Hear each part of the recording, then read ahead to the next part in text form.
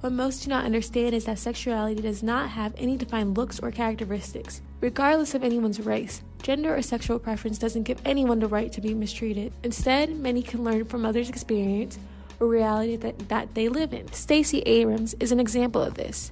Since she is very understanding of the LGBTQ community, she backed the creation of the Lesbian Alliance at Spelman College as president for her class. She aims to get rid of social norms in Georgia by being committed and defending the rights of LGBTQ Georgia. Stacey Abrams wants to ensure that this community is no longer a target of harassment and mistreatment. Instead, she wants others to learn from and understand the LGBTQ community on a larger spectrum. In the Audre Lorde's text, Age, Race, Class, and Sex, Women Redefining Difference, she elaborates on the oppression of Black women and how Black women are oppressed by their sex, age, and race, to the point where we are seen as less than and second-class citizens.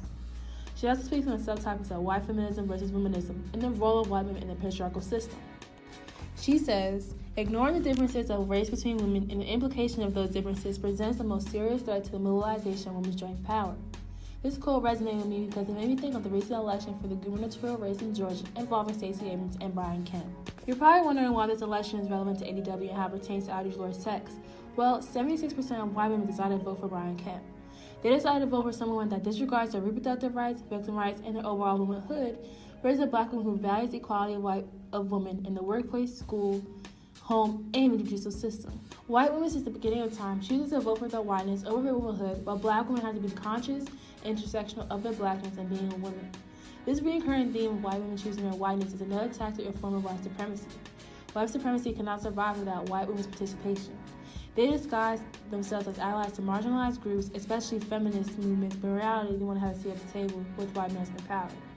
This internalized misogyny creates a facade that they can coexist together in power, but that will never happen. This election showed more than just voter suppression or a realization of Southern racism. It showed that feminism is a joke to white women, and that the privileges that they fight for are the same as the fight to dismantle a system of oppression of women like people of color. This neglect and disrespect from white women creates a divide between people of color and white women, where Black women decide to call themselves humanists instead of feminists. Spelman alum Alice Walker Coleman turned womanist by elaborating that a woman who loves other women, sexually or non-sexually, appreciates and prefers women's culture, women's emotional flexibility, values tears and natural counterbalance of laughter, and women's strength, sometimes love individual men sexually or non-sexually. This difference between womanism and feminism shows that white feminism is not in the favor for people of color, and especially Black women. Stacey Abrams is the epitome of this terminology of being a womanist because she fights for women of all, and not just a benefit from just Black women.